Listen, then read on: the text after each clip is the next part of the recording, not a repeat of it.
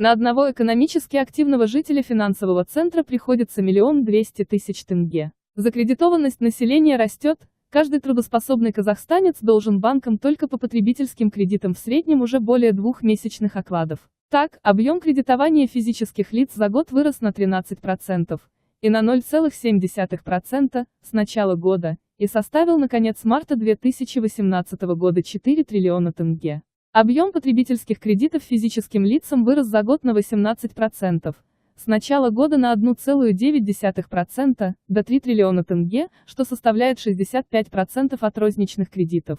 Годом ранее 62%, на начало года 64%. Уровень потребительской закредитованности к концу марта 2018 вырос за год на 17% и составил 331 200 тенге на одного экономически активного жителя, или 2,2 среднемесячных заработных платы.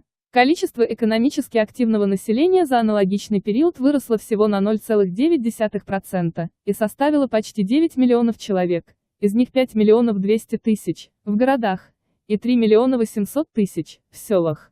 По регионам РК самыми закредитованными являются алматинцы. На одного экономически активного жителя финансового центра приходится 1 200 000 тенге, годом ранее 1 000 000 тенге, объема потребительской задолженности, или 6,2 месячных оклада, годом ранее 5,8.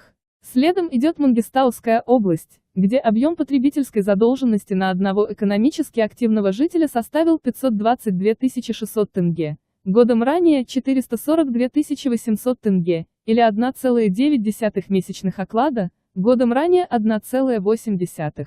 На третьем месте по объему потребительской задолженности Астана – 458 600 тенге на одного экономически активного жителя, что составляет 2,1 месячных оклада.